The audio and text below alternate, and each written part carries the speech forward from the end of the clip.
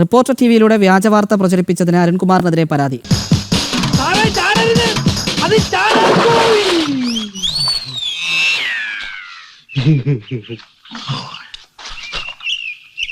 കൊല്ലം കടവൂരിൽ ബ്രസീലിന്റെ കൊടി RSS അഴിച്ചുമാറ്റി എന്ന വ്യാജവാർത്ത നൽകിയതിനെതിരെയാണ് സൈബർ സെല്ലിൽ കോട്ടയം ചങ്ങനാശ്ശേരി സ്വദേശിനി പരാതി നൽകിയത്. എന്റെ പൊന്നു ദൈവമേ, എന്തായാലും ഇനി കളി കാണാം. നമ്മുടെ അരുൺകുമാർ സാർ എന്താ പറയുന്നത് നമുക്ക് അറിയണമല്ലോ. ഇതാ ഒന്ന് കേട്ട് നോക്കിക്കേ. പ്രിയ പ്രേക്ഷകരെ, വളരെ രസകരമായ ഒരു വാർത്ത വരുന്നുണ്ട് കേട്ടോ. കൊല്ലത്തുനിന്ന് ഞങ്ങളുടെ പ്രതിനിധി ജയശങ്കർ റിപ്പോർട്ട് ചെയ്യുന്നൊരു വാർത്തയാണ്. ആ വാർത്ത ഇതാണ്. പ്രേക്ഷകർ, ആ വാർത്ത കേൾക്കൂ, എന്നിട്ടൊന്ന് ചിരിക്കൂ. കൊല്ലം കടവൂരിൽ RSSന്റെ ഭീഷണിയെ തുടർന്ന് ബ്രസീലിന്റെ പതാക അഴിപ്പിച്ചുവെന്ന് പരാതി. പാകിസ്ഥാൻ പതാകയുമായി സാമ്യമുണ്ടെന്ന് ആരോപിച്ചാണ് പതാക അഴിപ്പിച്ചത്.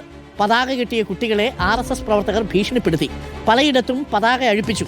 ഉയരത്തിൽ കെട്ടിയ പതാക പോലീസിനെ ഉപയോഗിച്ച് നീക്കം ചെയ്തുവെന്നും ആരോപണമുണ്ട്. കേട്ടല്ലോ. ഇനി നമ്മുടെ സംഗീത ചാനൽ പറയുന്നതാണോ സത്യം?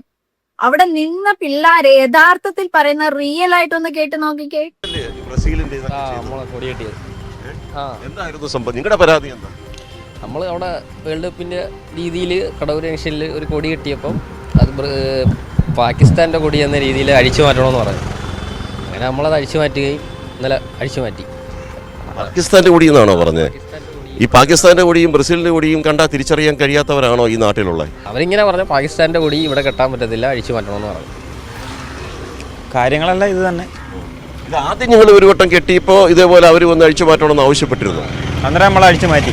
നമ്മളന്നേരം ഇച്ചിരി പൊക്കി. ഞങ്ങൾ വിചാരിച്ച് ആദ്യമേ അഴിച്ചു മാറ്റണമെന്ന് വിചാരിച്ചപ്പോൾ കൊടി താന്ന് കിടക്കുന്ന വണ്ടിക്ക് പോകാൻ ബുദ്ധിമുട്ടുള്ളതായതുകൊണ്ടായിരിക്കും എന്ന് വിചാരിച്ചു. പിന്നെ പൊക്കി കെട്ടി. അന്നേരം ഇന്നലെയും വീണ്ടും അഴിച്ചു മാറ്റണമെന്ന് പറഞ്ഞു. ഇനി നിങ്ങൾ പറ, ഇവിടെ ആരാണ് കള്ളം പറയുന്നത്? യഥാർത്ഥത്തിൽ വിഷം തുപ്പുന്നത് ആരാണ്? എന്താണ് നിങ്ങളുടെ അഭിപ്രായം? ഇതൊക്കെ കാണുമ്പോഴാണ് എനിക്കിതാണ്ട് ഈ സീൻ ഓർമ്മ. ഇതിന്റെ പേരിൽ മൊത്തം മാധ്യമപ്രവർത്തകരെയും വേട്ടയാടുന്ന പോലീസ് നടപടിയാണ് നിങ്ങൾ ഇപ്പോൾ ഈ സ്റ്റുഡിയോയിൽ കണ്ടത്. സ്റ്റുഡിയോ വിട്ടു പോകുന്നതിന് മുമ്പ് DYSP ബെന്നി തരകൻ എന്നെ എഴുതി കാണിച്ച പേപ്പറാണിത്. പുറത്തേക്ക് വാടാ പട്ടി എന്നാണ് അദ്ദേഹം ഇതിൽ എഴുതിയിരിക്കുന്നത്. നാളെ NTA ന്യൂസ് അവറിൽ എന്നെ കണ്ടില്ലെങ്കിൽ പ്രിയ പ്രേക്ഷകരെ, ഞാൻ അന്യായമായ പോലീസ് കസ്റ്റഡിയിലായിരിക്കുമെന്ന് അറിയുക.